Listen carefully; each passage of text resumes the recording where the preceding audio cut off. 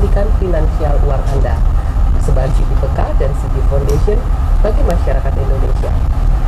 Sahabat uang Anda, 98% orang tua di Asia menyatakan bahwa mengajarkan anak dalam mengelola keuangan harus dimulai dari keluarga. Sayangnya, keinginan tersebut tidak disertai dengan program pendidikan melek finansial yang sama di tiap negara, termasuk di Indonesia. Bank Indonesia menyatakan bahwa berdasarkan hasil survei yang dilakukan 2010, terungkap sedikitnya 62% rumah tangga tidak memiliki tabungan sama sekali, atau minat masyarakat dalam menabung di bank terbilang rendah. Yang lebih memprihatinkan, hasil survei yang dilakukan Bank Dunia atau World Bank dengan judul Where Does Indonesia Stand in Financial Inclusion terungkap fakta bahwa 49% masyarakat Indonesia belum tersentuh pelayanan perbankan. Padahal kemampuan melek finansial dapat mendorong kemandirian ekonomi masyarakat, khususnya ketika menghadapi situasi sulit. Nah, sahabat uang Anda, saat ini di studio uang Anda sudah hadir narasumber kita, Bapak Hotman Simbolon, Head of Government Affairs Citi Indonesia, yang akan menjelaskan pentingnya cerdas secara finansial dan upaya-upaya yang sebaiknya dilakukan dalam mengedukasi kecerdasan finansial masyarakat. Selamat pagi Pak Hotman. Selamat pagi Bu Rina. Apa kabar Pak? Luar biasa. Ibu gimana? Alhamdulillah luar biasa, baik-baik saja. Nah Pak, Bapak ini sekarang udah beberapa kali nih ya menjadi narasumber kita dan di studio kami.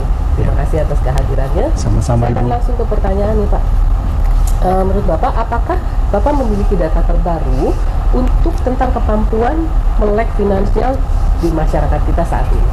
Iya Ibu, tahun yang lalu OJK, Otoritas Jasa Keuangan, itu telah melakukan survei. Survei dilakukan di 20 kota dan respondennya itu ada 8.000 orang. Hasilnya tidak jauh berbeda dengan apa yang dilakukan oleh Bank Dunia sebelumnya, di mana well literate, sekarang kita menggunakannya dengan kata-kata literate, bukan yang educate, tetapi well literate itu sekitar 21,84% Ibu. Ini yang hasil terakhir. Survei itu juga mencakup 6 industri keuangan, yaitu perbankan, asuransi, pembiayaan, pensiun, dana pensiun, lalu pasar modal, lalu satu lagi adalah pegadaian.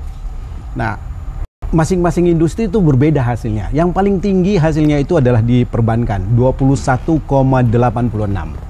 Dan tingkat utilitasnya, artinya orang menggunakan produk perbankan itu sendiri, itu cukup bagus, walaupun belum signifikan. Itu totalnya itu 57,58%. Itu tingkat utilitasnya. Jadi sedikit lebih rendah daripada 60% tadi yang Ibu sampaikan tadi. Itu data terakhir yang kita miliki. Dibandingkan dengan negara lain, mungkin Indonesia masih untuk tingkat literasinya itu masih lebih rendah. Kita masih hampir sama dengan Filipina. Filipina itu sekitar 27%. Tapi dibandingkan dengan Malaysia, kita jauh. Malaysia 66%. Kalau Singapura, wah kita jauh sekali ketertinggalan. Nah, upaya ini situasi kita sekarang. Tapi upaya untuk meningkatkan sudah dilakukan di bawah komando OJK, sudah dilakukan beberapa hal untuk meningkatkan tingkat literasi financial masyarakat kita. Nah, seperti yang tadi Bapak sampaikan, ternyata di Indonesia ini masih jauh lebih rendah daripada negara-negara tetangga kita. Iya, Bu. Apa sih yang mempengaruhi dari faktor yang ternyata kita ini masih lebih rendah daripada negara-negara tetangga? Ya, faktor utama adalah tingkat edukasi, Bu ya. Nah, edukasi yang apa namanya itu yang dilakukan secara serentak, yang sama, seragam ke seluruh masyarakat kita. Pada saat ini OJK sudah mempunyai program untuk melakukan itu. Ya, saat ini kita akan mendukung kurikulum, terutama di anak SMP, untuk masukkan pelajaran financial ke dunia sekolah. Dengan harapan dengan demikian mereka akan lebih mengetahui di masa depan dan juga bisa menyampaikan hal tersebut kepada keluarga di rumah. Itu yang sedang dilakukan. Dan ini tidak dilakukan sendiri, Bu. Semua industri keuangan yang di bawah komando OJK, yaitu perbankan, asuransi, pembiayaan, dana pensiun, lalu pasar modal dan pegadaian bersama-sama melakukan langkah yang sama. Jadi sudah dikeluarkan blueprint untuk edukasi ini. Itu yang dilakukan sekarang. Itu yang dilakukan oleh pemerintah ya. Apakah itu termasuk di dalam kebijakan yang akan dilakukan tadi literasi kepada masyarakat? Ya, itu sudah ada di surat edarannya OJK untuk melakukan edukasi itu. Sudah keluar dan ini sekarang sedang dilakukan. Sedang dilakukan. Ya, bersama-sama ya dilakukan. Bersama-sama dilakukan. Nah, dari apa yang tadi sudah Bapak jawab atau berikan, yang mana sih yang sudah terrealisasi untuk edukasi masyarakat, misalnya dalam hal menabung untuk daerah terpencil? Ya, terima kasih atas pertanyaannya, Bu. Apa yang sudah dilakukan? Ini tim kita, tim OJK dan industri sudah melakukan banyak, saat ini sudah melakukan banyak sekali edukasi ke masyarakat melalui berbagai cara, melalui pewayang, main wayang, melalui, mungkin Ibu ingat dulu itu ada namanya layar tancap. Layar tancap juga dilakukan untuk melakukan ini, Ibu. Jadi sekarang juga sudah dilakukan promosi tabungan yang mungkin tidak memberatkan masyarakat itu sendiri. Cukup banyak, Bu, channelnya. Ya, asuransi juga sudah melakukan produk murah. Contohnya adalah kalau Ibu mau membeli asuransi untuk demam berdarah, Ibu tinggal beli di Alfamart sekarang atau Indomaret, bisa. Hanya digesek. Itu ada industri asuransi sudah melakukan itu. Produk-produk murah mulai didorong. Lalu Ibu juga kalau lihat di pasar modal, itu lots-nya sudah mulai diturunkan. Nah, ini gerakan-gerakan ini yang sudah dilakukan saat ini, Bu.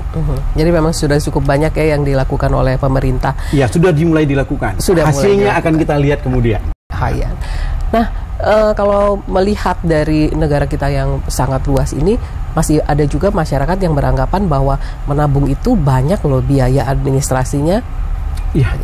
Itu salah satu kendala yang persepsi yang muncul selama ini. Karena banyaknya biaya administrasi, biaya pengambilan ini, penguayaan itu cukup banyak. Tapi Ibu mungkin pernah saya singgung juga ketika kita berdiskusi, ada satu produk yang biayanya tidak mahal untuk masyarakat kita, yaitu produk tabunganku. Ya, hampir mirip dengan Tabanas Taska zaman dulu, dan ini sudah dikeluarkan oleh banyak bank. Kalau ingin menghindari biaya-biaya yang besar tadi, bisa menggunakan produk tabunganku. Tentu tidak secanggih produk tabungan-tabungan yang lain, Ibu. Ada aturan-aturannya. Karena tujuan produk tabunganku itu adalah untuk mendidik masyarakat yang baru masuk ke dunia perbankan, mulai menabung. Tujuannya adalah itu, mulai menabung. Jadi ada fasilitas yang tidak sama dengan produk yang sekarang, Bu. Mungkin tidak ada ATM-nya, tapi mungkin bank yang lain ada ATM-nya. Tapi itu biayanya murah, tidak ada kena biaya macam-macam, itu, Bu. Nah, semakin menarik nih ternyata pembicaraan kita. Nah, Pak Hotma, pada segmen berikutnya kita akan mempersilahkan sahabat uang Anda untuk ikut berdiskusi pagi ini.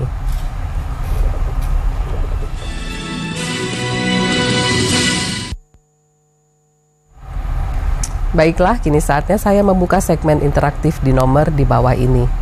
Bagi Anda yang berhasil masuk ke line interaktif, mohon mengecilkan volume suara televisi Anda serta tidak menyebutkan nama produk atau perusahaan, dan langsung ke pertanyaan untuk memberikan kesempatan bagi penelpon lainnya. Jangan lupa passwordnya, uang Anda kendali di tangan Anda. Sahabat uang Anda, sambil menunggu telepon masuk, saya ingin kembali bertanya kepada narasumber spesial kita, yaitu Pak Hotman. Pak Hotman, pertanyaan yang mendasar yang mungkin ingin diketahui oleh sahabat uang Anda, apa sih yang dimaksud cerdas finansial sesuai topik kita hari ini? Ya, Bu. Sekarang ini cerdas finansial, kalau dulu kan cerdas finansial, Bu. Sekarang kita bilang namanya well literate. Ya, well literate itu adalah kemampuan seseorang untuk mengetahui produk keuangan dan mampu menganalisa serta berani mengambil putusan untuk menggunakan produk itu. Itu literate. Jadi ada pengertian di sana. Ada 4 kategori tingkatannya, Bu. Yang pertama itu adalah well literate, di mana orang ini sangat tahu, mendapat informasi dengan cukup, lalu berani menggunakan produk itu. Itu yang well literate. Ada namanya sufficient literate, cukup cerdas. Cukup cerdas. Kalau cukup itu dia mendapat informasi, lalu dia juga mengerti resikonya, tapi belum menggunakan sepenuhnya, kira-kira begitu. Lalu untuk less literate itu adalah dia mendapat informasi, mengerti produknya, tapi mulai menganalisa tapi belum menggunakan. Nah, kalau yang terakhir itu not literate, itu adalah dia sama sekali belum tahu apa-apa. Ya, ini cukup tinggi, Bu, terutama di bagian asuransi sama di pembiayaan. Kita nggak teleponnya dulu ya, Pak. Halo, selamat pagi uang Anda. Ya, selamat pagi. Selamat pagi. Dari mana dan dengan siapa? Dari Pak Niko dari Depok. Ya, silakan Pak Riko pertanyaannya. Iya, buat Pak Hotman, bagaimana peran OJK dalam mengatasi inflasi yang ada di Indonesia? Ya, baik, terima kasih atas pertanyaannya untuk Pak Riko di Depok. Terima kasih Pak Niko atas pertanyaan Bapak soal bagaimana peran OJK untuk mengatasi inflasi. Nah, inflasi itu bukan tugas OJK. OJK itu adalah tugas pokoknya adalah menjadi otoritas keuangan. Inflasi itu dijaga oleh otoritas yang lain. Jadi untuk itu mungkin saya menjawab itu karena itu bukan tugas pokok OJK. Itu jawabannya. Nah, kalau apakah Bapak mengetahui kira-kira nih pemerintah ini bagaimana sih mengatasi inflasi? Sepertinya tahun ini 1 tahun terakhir inflasi meningkat dibanding tahun sebelumnya. Oh, banyak upaya dilakukan pemerintah saat ini ya untuk mengatasi inflasi. Inflasi kan indikator pertamanya adalah ke harga naik. Itu kan pertama indikasinya ya Bu. Ya, betul. Nah, harga naik itu bukan berarti ada unsurnya. Kalau lihat supply dan demand, kalau banyak demand-nya, supply-nya rendah, harga juga naik. Tapi bukan berarti itu ada inflasi yang sangat tinggi. Dan inflasi itu kan ada seasonal Bu. Kalau mau lebaran itu inflasinya cukup tinggi karena permintaan dengan dana. Pemerintah selalu menstabilkan harga, yang utama itu. Supply and demand selalu dijaga oleh pemerintah. Dan ini pekerjaan bukan satu orang saja. Menteri Perdagangan juga melakukan itu, BI juga memperhatikan semuanya. Jadi ini kerja simultan Ibu. Memang keterkaitannya banyak sekali ya Pak. Kita kembali ke topik sebelumnya, unsur apa sih yang sudah diberikan kepada masyarakat dari tingkat pendidikan yang masih misalnya di bawah standar nih, masih banyak kan di Indonesia seperti itu. Nah, itu tadi yang seperti saya sampaikan tadi Bu, pendidikan adalah kunci utama untuk meningkatkan literasi. Yang sekarang dilakukan adalah channelnya, medianya. Pendidikan itu sering sekali dilihat sebagai pendidikan formal di kelas, tetapi yang dilakukan sekarang adalah menggunakan budaya yang ada. Namanya itu adalah channel-channel yang ada di masyarakat yang kita lakukan. Kalau istilahnya itu budaya masyarakat itu sendirilah. Itu yang dilakukan. Kita melakukan pendidikan sekarang itu melalui wayang. Di dalam wayang itu ada unsur pendidikannya. Lalu kita pendekatannya itu juga dilakukan oleh tim-tim kita yang dari OJK itu dan industri melalui layar tancap seperti yang saya bilang tadi. Itu dilakukan sekarang. Jadi pendekatannya sudah di mall-mall juga sudah dilakukan Ibu sekarang, seminar di mall-mall, masuk ke kampus-kampus seperti yang dulu. Itu intensitasnya semakin ditinggikan. Iya, kita ke teleponnya dulu ya Pak. Silakan. Halo, selamat pagi Wang Anda. Selamat pagi. Selamat pagi dari Kendali di tangan Anda. Ya, kembali di tangan Anda. Dari mana dan dengan siapa? Dari Rahmanuddin. Iya. Iya, silakan Pak Rahman.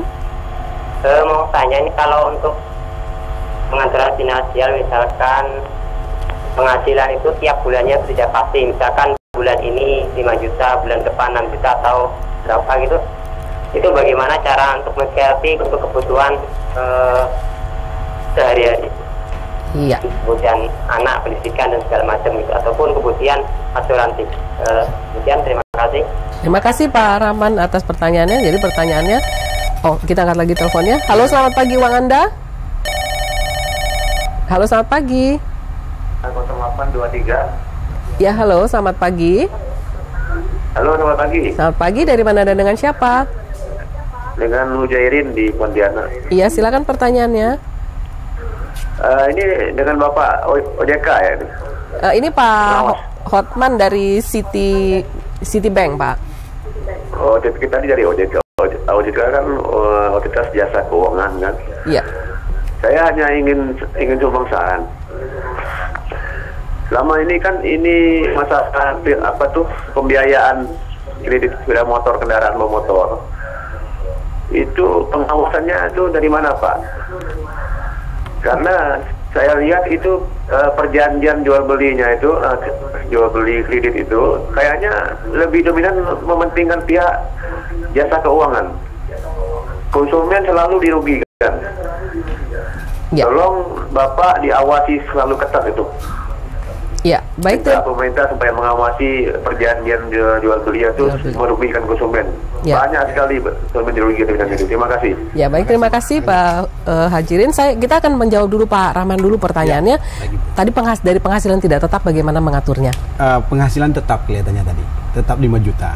Oh, iya. Bagaimana mengaturnya? Oh, iya. Nah, penghasilan itu pada umumnya tetap, Bu, dan bisa diduga. Kita bisa tahu kira-kira pendapatan kita. Walaupun kita berdagang, kita bisa memprediksi pendapatan kita. Yang nggak bisa kita prediksi adalah pengeluaran kita.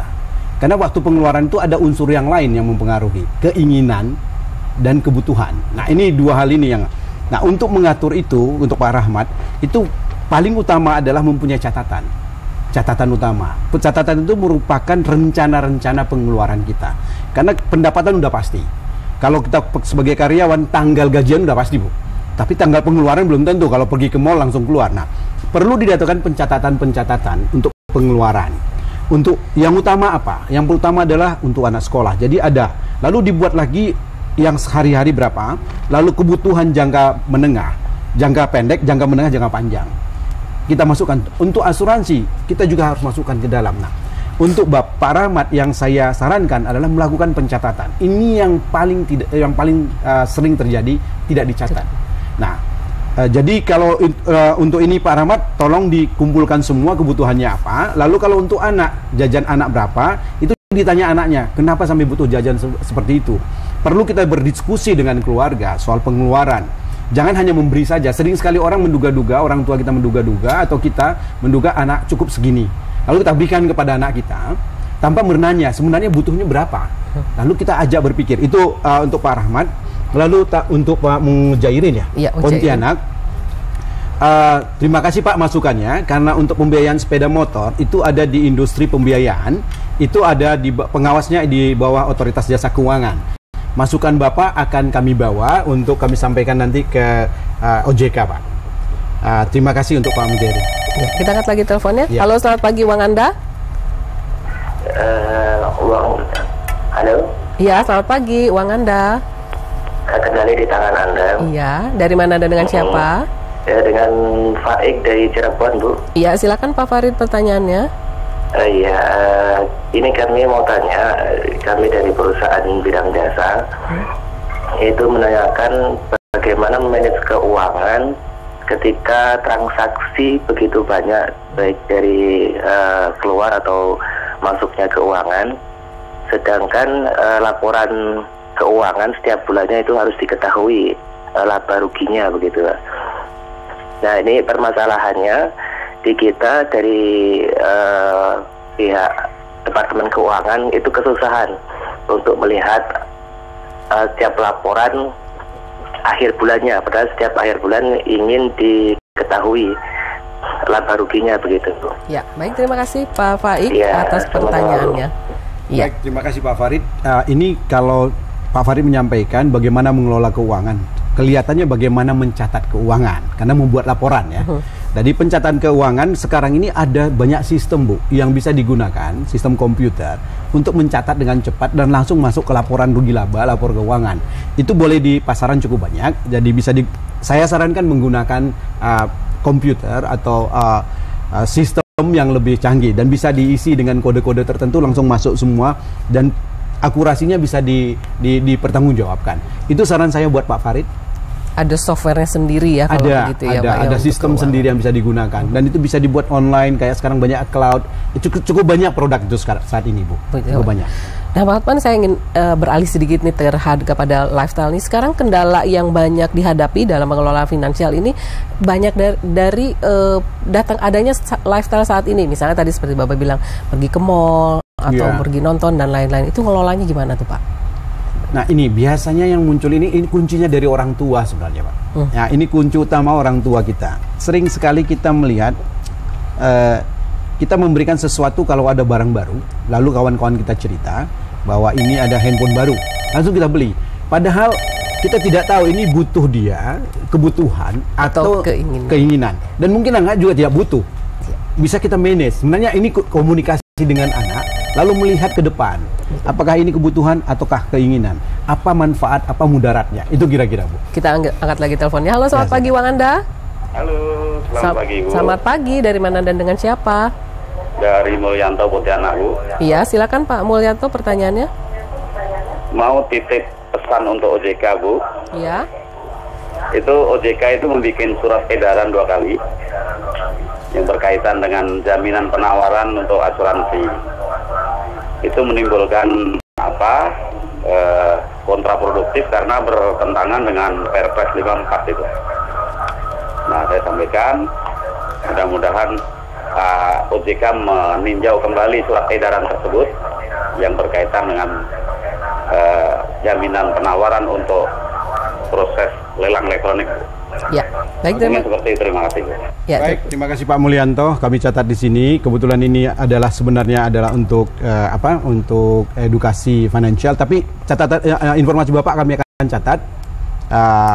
Mudah-mudahan ada yang mendengar dari OJK dan kami juga akan coba sampaikan ke OJK nanti. Nah Pak, yang saya mau tanyakan lagi nih, kalau dari Citi Indonesia sendiri, upaya apa sih yang sudah dilakukan dalam meningkatkan kecerdasan finansial pada masyarakat? Ya, terima kasih Ibu. Ibu menyinggung itu. Sebenarnya kita melakukan banyak hal, Bu. Kita mempunyai segmen yang sudah lakukan cukup lama. Untuk kita target itu anak sekolah kelas 4 dan kelas 5. Itu kita melakukan edukasinya bukan dalam kelas, tetapi kita lakukan dengan cara drama.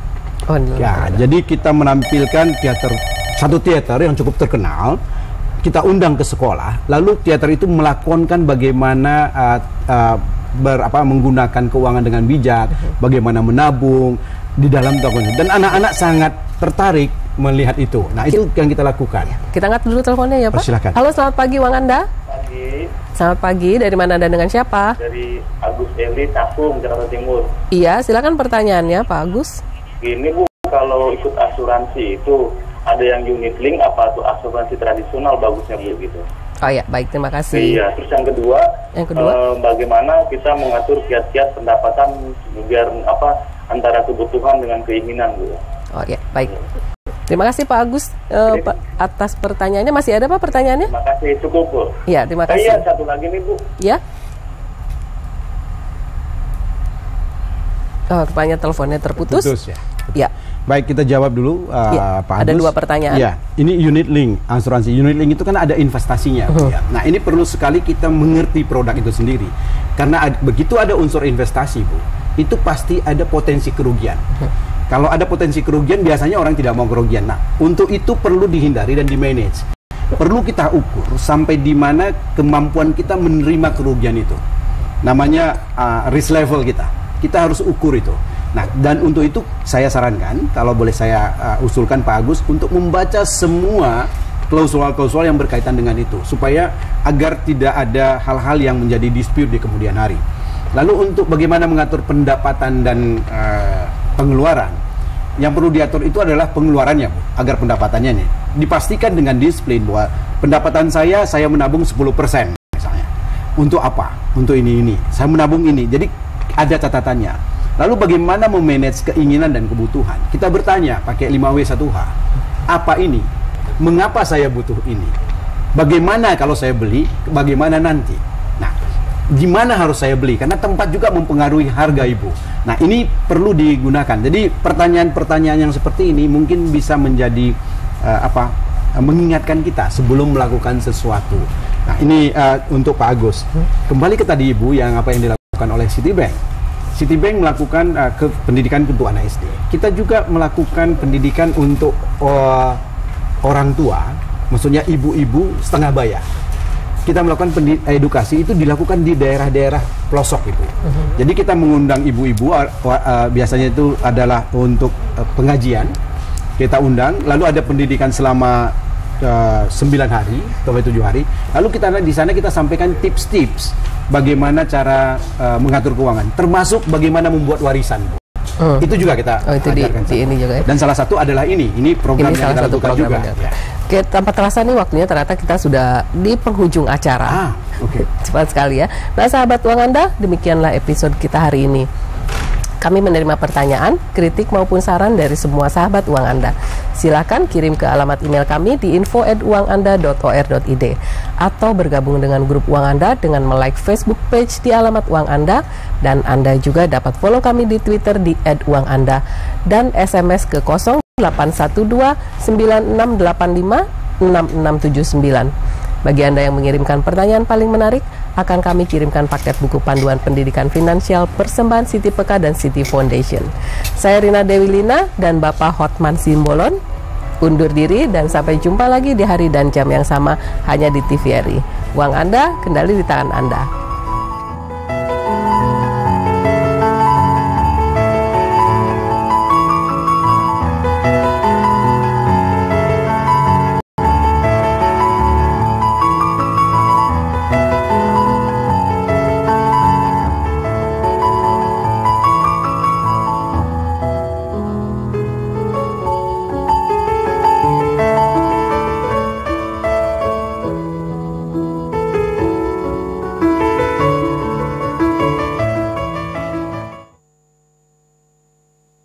Acara ini dipersembahkan oleh